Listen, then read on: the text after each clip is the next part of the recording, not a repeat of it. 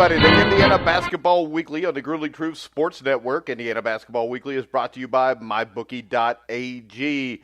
To check them out, possibly bet on the Super Bowl next weekend or the IU game on Tuesday night against Ohio State, go to thegruelingtruth.net, click on the MyBookie.ag. It will take you there. 50% cash bonus up to $3,000. I'm your host, Mike Goodpaster. Right now, I want to welcome in my co-host, Steve Risley. How you doing, Joe? Joe? Steve. Joe? I just had somebody named Joe that just sent us a message on Twitter about the game. And when that was my Robert like Johnson moment. A talented freshman player on an IU basketball team right now. No respect. Hey, but the good thing is this. Right after I tweeted the show was on, like 5 seconds later, we get a question from a guy named Joe. But how you doing, Steve? Right. I'm kidding. I'm not kidding. So. There you go. He's probably asking. I thought your guy's thought his name was Steve. That's Joe Hillman today. You're going to be Joe Hillman for the rest of the show, so it doesn't look like it's screwed up. You know what that is, Mike? That's just one more turnover in the last minute and a half of the game. That's just one more error. In my defense, the game's already lost, though, so I didn't have a damn thing to do with it. I know. All right. Well, let's open it up with this. I have said this for a long period of time, and I'm going to repeat myself again. Talent is not an issue with this ball club. We are by and far one of the 68 most talented basketball teams in the country. We are talent-wise. We played with Purdue for 37 and a half minutes, 38 and a half minutes. And then we get down to the last minute and 30 seconds of the game. We put the ball on our two senior guards' hands, and we made an ill-advised, half-hearted attempt at the hole with an even worse shot attempt than the lack of effort penetrating. And we get a break because they come down and miss a bunny. So we're like, oh, my God, you believe that guy just missed that? And we got the rebound, come back down. We're still only down 3. And then we get in a good position where our other senior guard makes a decent cut play. Our wingman, Morgan, gets over on the wing, got a clear pass to the hole, penetrates, and instead of trying to make a bounce pass, which, by the time you're a senior, you understand when somebody's 4 to 6 to 8 inches taller, you don't try to throw it over their head, bounce pass it through them. I mean, we teach that in second grade basketball.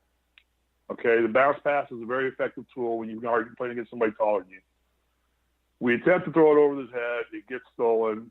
They come down, and then that's basically the ball game there. I mean, it's a shame. It's a shame because for 38 and a half minutes, these kids played NCAA tournament caliber basketball. They played against one of the top 3 teams in the country, according to the rankings, and they did everything right, and they kept themselves in the game, never down by more than 5 points.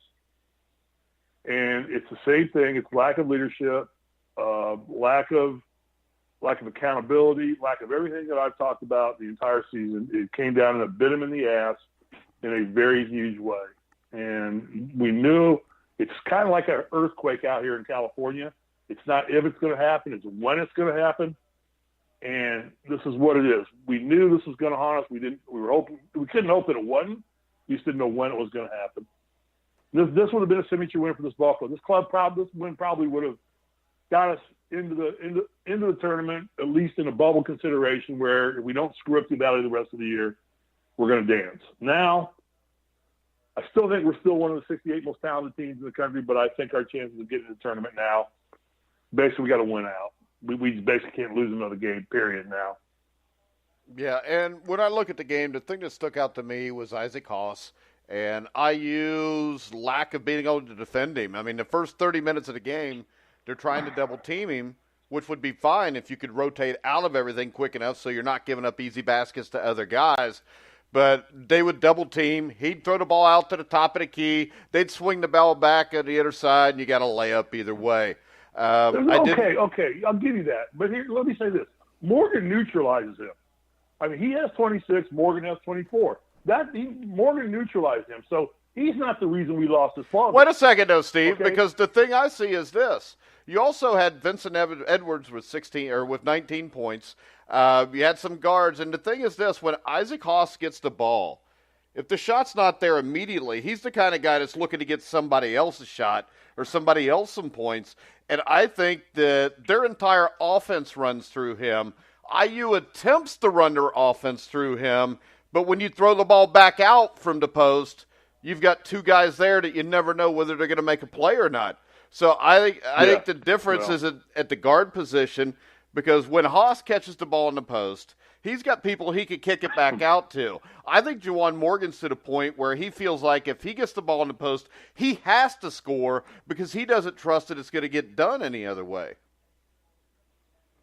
I can't argue with you. I mean, I think that he's such an effective player under the bucket that I think that he doesn't want to give it up, and I don't think the coaches want him to give it up because he's just so damn effective when he gets the ball in the low post. He's very, very hard to stop without fouling. Their support players I don't think are any more talented than ours, truthfully. And, you know, even despite the last minute and a half, Johnson comes through with 21 points.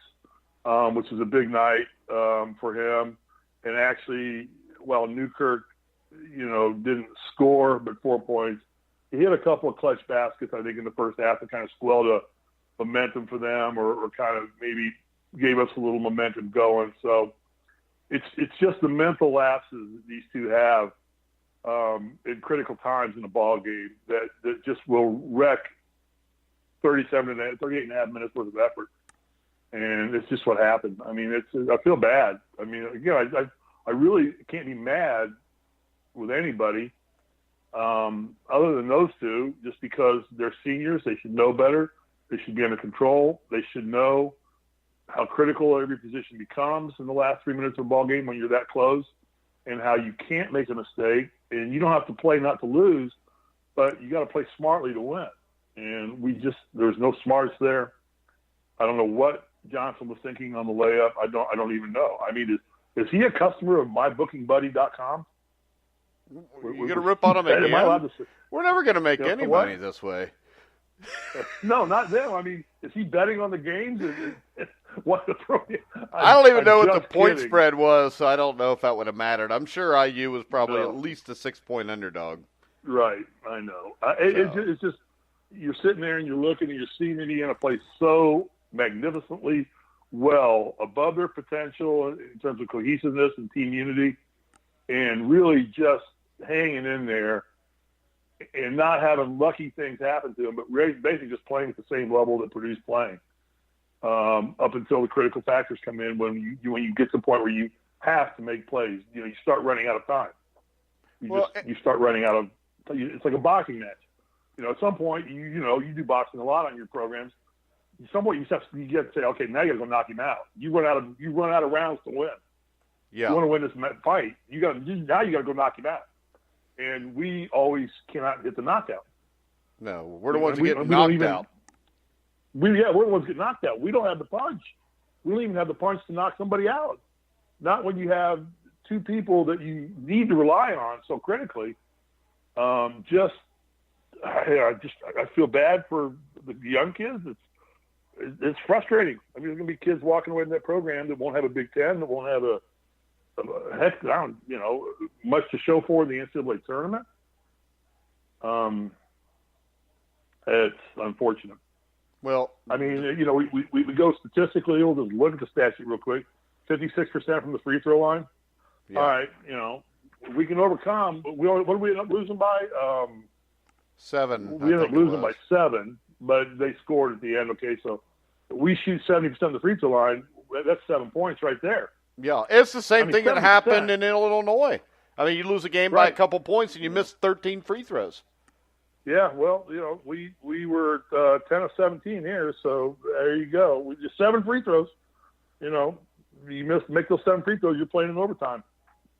And free throws are. I never knew how you could practice shooting free throws other than focus on them and stand up there and get concentrated and get tunnel vision when you're shooting free throws. I mean, there's no great drill you can do to get better at shooting free throws. Even shooting touches. Everybody shoots the ball differently. Everybody hits the golf ball differently. You just have to focus and stand up there and believe in yourself that you can knock the stand out. It's a free shot from 15 feet. You ought to be able to hit 9 out of 10 of them all day long.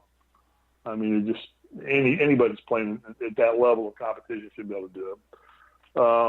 We don't hit a 3-pointer in the second half. We're 0 for 7 in the second half on 3-pointers. And we shoot 50% from the field, 2-pointer. We actually outshot them from the field. Rebounds, we actually out-rebounded them, believe it or not. Despite all their height and size, we ended up with 31 total rebounds, and they had 30. So turnovers, let's go to the 10 turnovers to 7 turnovers. 10 turnovers, that's 6 points right there. But the turnovers are such a critical point in the game that just it's a fun team to watch. I mean, even the announcers at the end of the game said it was probably the most fun game they'd watched all season long so far. I believe it. It was a very fun game to watch. And I really felt we had a legitimate chance to beat the number 3 team in the country. And then we just, not if, it's when, and it happened with about a minute and a half to go. It started happening. I'm rambling because I just don't know what else to say. Yeah, well, and luckily, Indiana's next game will be against Ohio State, who just got upset at home by Penn State, 82-79. So. Oh, that's just going to make them real happy about themselves, isn't it? Oh yeah. So they'll come in here. Where do we play them at? In Bloomington? No, at Ohio State. It's at Ohio State. Then they come back here at the end of the year. We play them there, yeah. Yeah.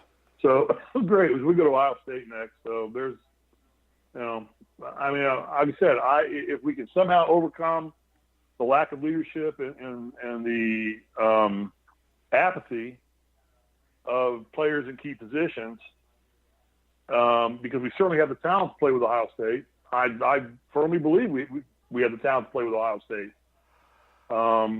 We like you said, we kind of neutralized their big guy. We out-rebounded them. We hung with them. We didn't get blown out by the number 3 team in the country. But we can't get over the apathy or the lack of indomitable will to win ball games and make plays. So it's an addition here of probably a team that's going to go down as, if you look at it, break it down, and don't get emotional about it, it's going to be a team that's just underachieved all year long, really, because I think they're more talented than we've given them credit for. And I'll stand by the amount of talents on the team. Again, they're not national championship contenders. They're not Big Ten championship contenders. But they are a talented ball club, and they're in the top 65 to 70 teams in the country in terms of talent laden on their ball club. They're not as deep as we'd like them to be, but, we didn't get into bad foul trouble. Our minutes weren't spread out that much. Pretty much only, 7 guys played. Yeah, I think so. There might have been a couple Devontae more that Green played like a minute or two. Devontae Green didn't play Devontae much. Green got 4 minutes. Durham got 11. McSwain got 16. Other than that, he went straight with the starters, which is fine. I mean, they kept us in it. And I thought McSwain and Green, all of them came in. And Durham makes a good cut to the bucket one time, and they all made contributions when they came in. But again, he relied on the seniors and his hard and true fast players to carry us, and they just don't complete it. I mean, they get 99% of it done. It's like leading the first 199 laps of the Indy 500 and then just making a mistake on lap. Who did it? Who's the one driver that did that the one time? Wreck coming out of turn 4. Yeah. It was just a few years ago. I remember who it was. Hillenbrand? It was Hillenbrand. He comes out of turn 4. I stopped watching Indy 500 in the early 90s when A.J. Foyt, Mario Andretti, and all those guys retired. I think it was Hillenbrand driving for A.J. Foyt. He comes out of turn 4. He's in a camouflage car. The National Guard car. I'll never forget it. Comes out of turn 4. All the guy's got to do is turn the corner left and go down the straightaway. And he smacks the wall coming out of turn 4. Out of turn 4. He's already gone through turn 4. This is what this reminded me of immediately. It's like, guys, we're in this game. Be smart now. Handle the ball. We're only down 3. Get a good shot off. Put pressure on them. But we take really bad shot and then make a really bad turnover by our 2 most experienced players on the team. Yeah, and I'll tell you what this team reminds me of is maybe the '85 Hoosiers. You remember them? They ended up playing in the NIT, but they were a team that was in almost every game, and in the final couple minutes, they would do something stupid to lose the game. And I mean, Yeah. I remember they had a shot to possibly at least get on the bubble for the tournament against Michigan, the last game here in Indiana. Last game of the season, ended up losing 73-72. I think Gary Grant, you remember the guard from Michigan, hits a shot at the buzzer to win the game. But that was a game where they lead the game the whole time. They're up by 5 or 6 going into the last 2 minutes, and then they couldn't buy a shot. They're turning the ball over. And that year, to me, it seems real similar to this season where you know the team has the talent, but there's just some disconnect where when it gets down to it, they don't get it done. Yeah, and that's just the moniker of this basketball team now. And despite everything we've talked about, and again, I'm more sick for these kids than I am mad at them because they are a young ball club. They are going through a lot of transition with a new coach, new philosophy, new methodology. Everything's different. And there's a lot in the landscape for them right now. But they're working like hell to put themselves in position to win these games, and they're just not completing the deal. And that's where the anger and the frustration falls into place. Guys, you guys have taken it this far. Close it out. Despite everything, despite all that being said, I believe we still have a shot to make the tournament. We've got 3 RPI teams to play yet. We got to play Michigan State and then Ohio State twice, right? Yeah. Okay. Do we play Purdue again? We go to Ohio State. Or is it just one game? No, we only played Purdue once this year. Okay. It's unbelievable. I thought they did the rivalry games. Yeah, but see, I think the problem is this, Steve. You got to be able to get on a run, and to get on a run, you have to be able to close games out, and they've got to go to Lincoln, Nebraska. Right. I think Nebraska is better than Indiana. I mean, I've seen them play a couple times. Nebraska's better. I mean, if you look at it, this is the thing. We could talk about whose roster's better all day. But I watched Nebraska close out Rutgers on the road. Rutgers isn't a bad team. Rutgers, Nebraska, Indiana are all kind of the same to me. But the one thing I don't see with a team like Nebraska is just the stupid asinine mistakes to cost you the game at the end of it. So Well, that comes with further along the line development of their program. Indiana's still a very raw, undeveloped basketball team. Yeah, but Steve, we're comparing Indiana to Nebraska in basketball. I think in the parity in recruiting these days and the fact that kids want to play rather than go to big programs, I don't think Nebraska carries the same connotation basketball-wise that it did in 1981 when I played. I really don't. I think that any team can be good now because there's such a preponderance of high school talent out there because of the AAU programs, because of the individual coaching and training.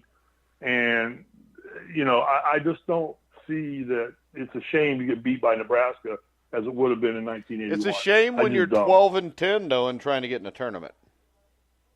And that's what I'm saying, because this team, to me, everything we've seen, Steve, says even if they go beat Ohio State, they might come back the next game at home and lose to Illinois. Right. Yeah. No, I know. That's the intangible to the game, to this team. You can't predict. But that being said, I'm being the eternal optimist that I am. I believe the glass is half full. If we can find a way to beat Michigan State at home, and we can run out, Rutgers, Minnesota, and Illinois. 2 of those 3 games are at home. Then we got to go to Iowa and Nebraska. We've got to win those.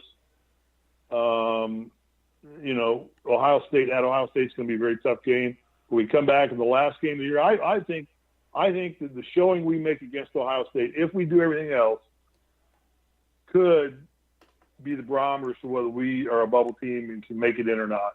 Well, I think this. I think you need to go to Ohio State and win this game on Tuesday. Because I think it's going to be really hard to be a bubble team and get in without a significant road victory. Back-to-back losses this late in the year and no significant road win it just all factors to stack against you. And the sad part is, like I said, it's not because Indiana's not talented enough to be in the dance. It's because of the way they structured their successes and failures in the season. Talent-wise, we belong in the dance. Our structure of our accomplishments and lack of accomplishments will preclude us from getting in the dance. But well, right. and I think this, Steve, and this is no fault of Archie Miller, but the schedule was so soft. Have you gotten anybody's name right today? No, I haven't, Bob. No. But the thing is this: from now on, your name is Robert Johnson. Okay. No, don't ever call me that. Don't ever call me that. Because, in my house anymore, Robert Johnson's name's not Robert Johnson. It's what the is he doing? But bless his heart. When I look at He's this, not trying. I think the key is this. Smart. I think the schedule should have been tougher at the start of the year to get them prepared for this. I mean, they played 2 or 3 really hard teams. And I just think, and I don't mean tougher by you got to play, a home and home with Duke or bring Xavier or Cincinnati here, but you could have played a respectable program, just not bad. Maybe Georgia Tech, bring schools like that here that you can beat, but you got to play in pressure situations to deal with pressure situations properly. Let me address that real quick. I used to think that way. I used to say, God, if I was coaching Indiana, I'd want to play Duke, Kansas, Notre Dame, UCLA, Kentucky. I'd want to play them all preseason. What I've come to learn, having done this show and to pay more attention than I did as a player, wins matter as much, if not more, than anything. What your overall record is matters as much, if not more, than anything. I think the pecking order is conference play, total wins, and then RPI. And I think that now I'm seeing it why these teams do this is they try and build up 10, 12 wins in the preseason, so they've got a cushion. So they just get the record up so they can come in and say, instead of being 12-10, we're 18-7 right now. And then you come back to build our talent up. The problem there is, I believe we've made these same mistakes we made today against Youngstown State, against Illinois, against Fort Wayne, against Indiana State. We've made the same dumb mistakes. We've just not closed the deal, no matter who we're playing. So it's going and getting our brains beat out by Duke, Kentucky, Cincinnati, Xavier. No, I just said you don't play those teams. I'm saying maybe you just don't play Youngstown State, teams like that. I know everybody does it, and you've got to do that to get the wins. But I also think this: if you look at your 81 team, you guys were 9-7 going into Big Ten play. You'd played almost everybody ranked in the top 20. By the time you got to conference play wasn't as big a deal anymore. No. But we also were a made-up basketball club. So Isaiah Thomas. So, if you put Isaiah Thomas on his team, they'd win a national championship. This team? Yeah. Today? This team today? It's Isaiah Thomas. No. It's Isaiah Thomas. Now you made three great. No, I haven't. Yeah, who the hell? Who's going to guard Isaiah Thomas is playing college basketball today? If Isaiah Thomas is playing college basketball today, I don't know that he won a national championship, period. Why is that? I think that the level of talent across the board has risen so much that Isaiah the level of talent has. But wait a second, Steve. And this is the problem Indiana's having. And you see it in the predominance or the preponderance of college basketball games today and the NBA today. You may have more talent, but you don't have as good of basketball players. I mean, I don't remember seeing this many stupid asinine mistakes made continually by people. I mean, what you got now is you got athletes that go out and play all year round for AAU teams that don't have real coaches, if you know what I'm saying. Right. I think in the end, you could drop the 81 team into the NCAA tournament this year and win. Just because you play smarter. People shot the ball better. Right. They boxed out better. They played harder. And I'll tell you today, I was actually, before we're done, I thought Mick Roberts again played his ass off. I was going to say that too. I want to give a shout out to Mick Roberts. And the other one is Freddie McSwain. Freddie McSwain made some plays too that he normally doesn't make. Right. But Mick Roberts is a catalyst. He goes, if everybody played as hard as Mick Roberts does, we wouldn't be in the boat we're in. I guarantee you that. The kid that is probably the least talented kid that plays the most minutes, but he plays harder than anybody, with the exception probably of Morgan. And Morgan and him play about the same level of hardness. Yeah, I'm not even going to say that says a lot. Every time something's going on where we get a break or we cause a turnover, look for 15. He's around. McRoberts is around. He doesn't get every rebound, but how many rebounds did he tap out today, or did he slap away from he keeps the ball alive. And see, this is the thing. He keeps it alive, exactly. It seems to me 30, 40 years ago that on every team there would be a couple guys like that. And I just don't think you see it anymore. Right. I don't think you see the effort or the execution that you used to. I know everybody's bigger, stronger, faster, and can dunk the ball really hard.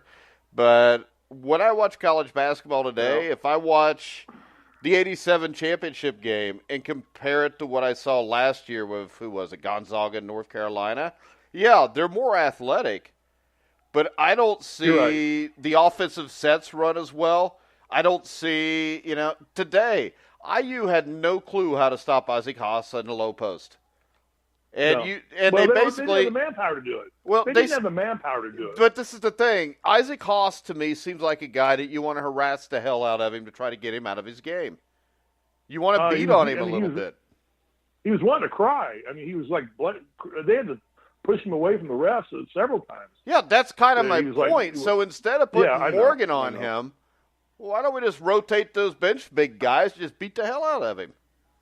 Well, that's what we would have done in 81. 81, I'd had that kid sitting on the bench so fast. And we would have. I say me. Kitchell, me, Turner, Tolbert, we'd have just beat the crap out of him collectively and just made him so frustrated he would have finally swung at us. Yeah, and see, I think that's the difference between now and then. And just if I had to sum it up in one word, it's not the ability to play basketball or anything else. It's toughness.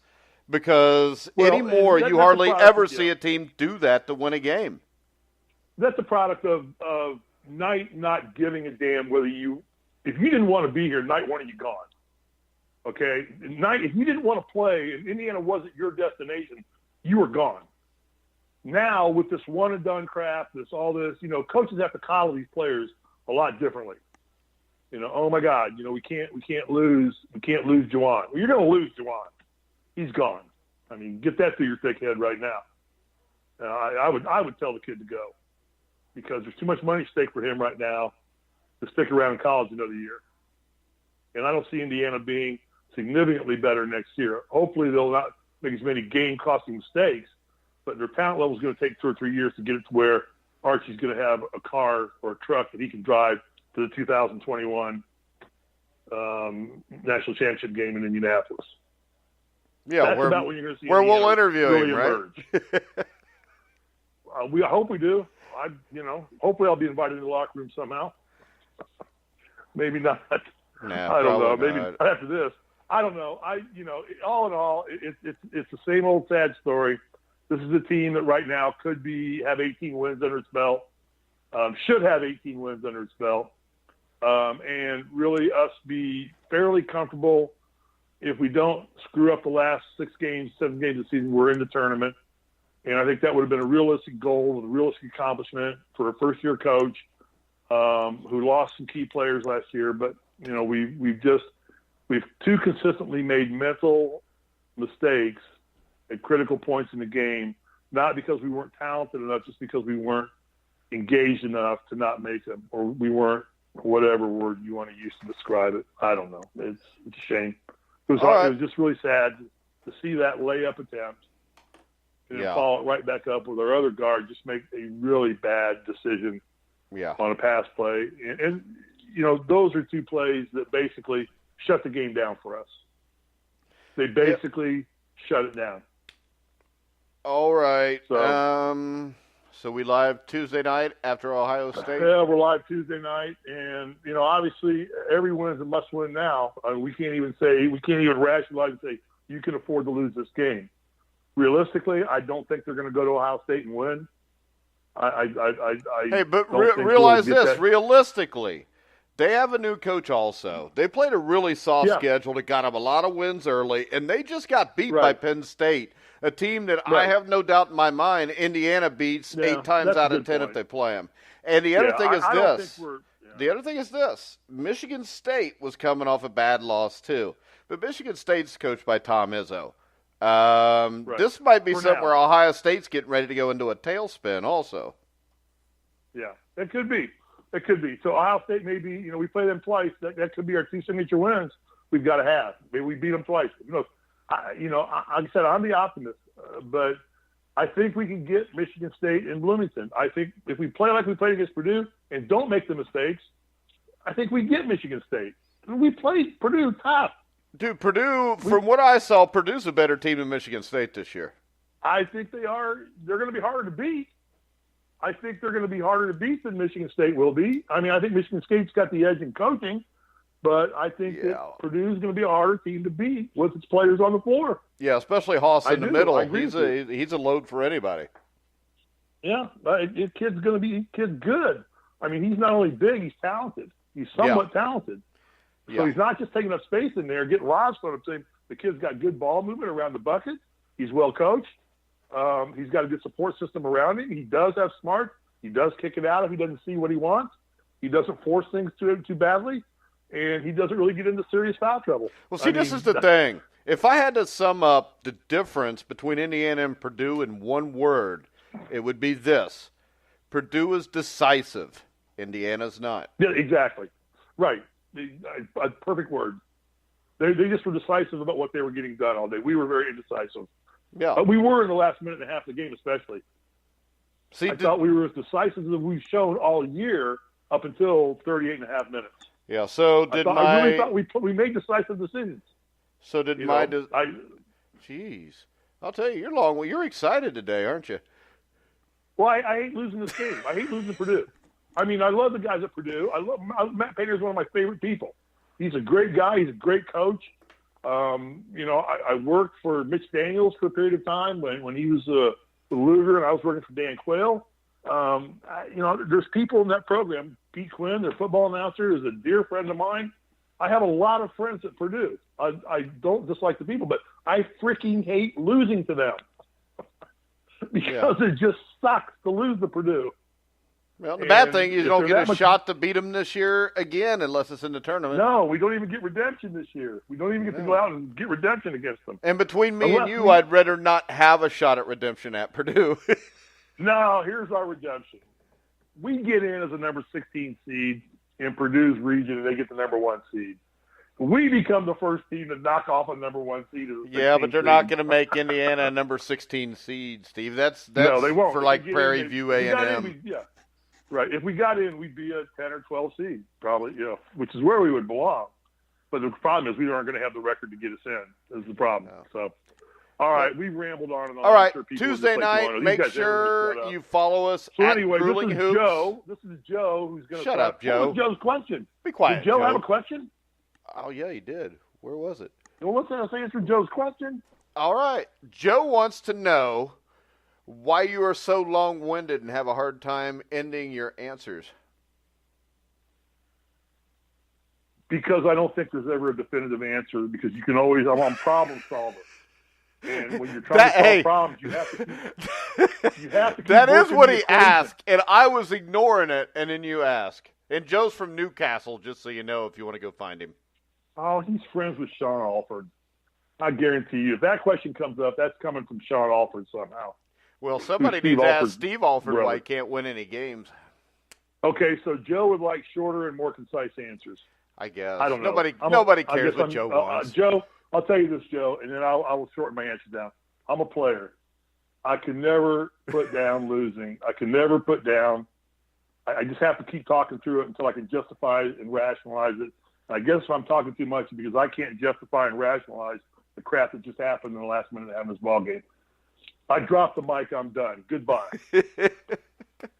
All right, guys. We're going to wrap it up. We'll be back Tuesday night after the Ohio State game. Make sure you check. Joe, I have one more point. Go ahead, Steve. No, I don't have another point.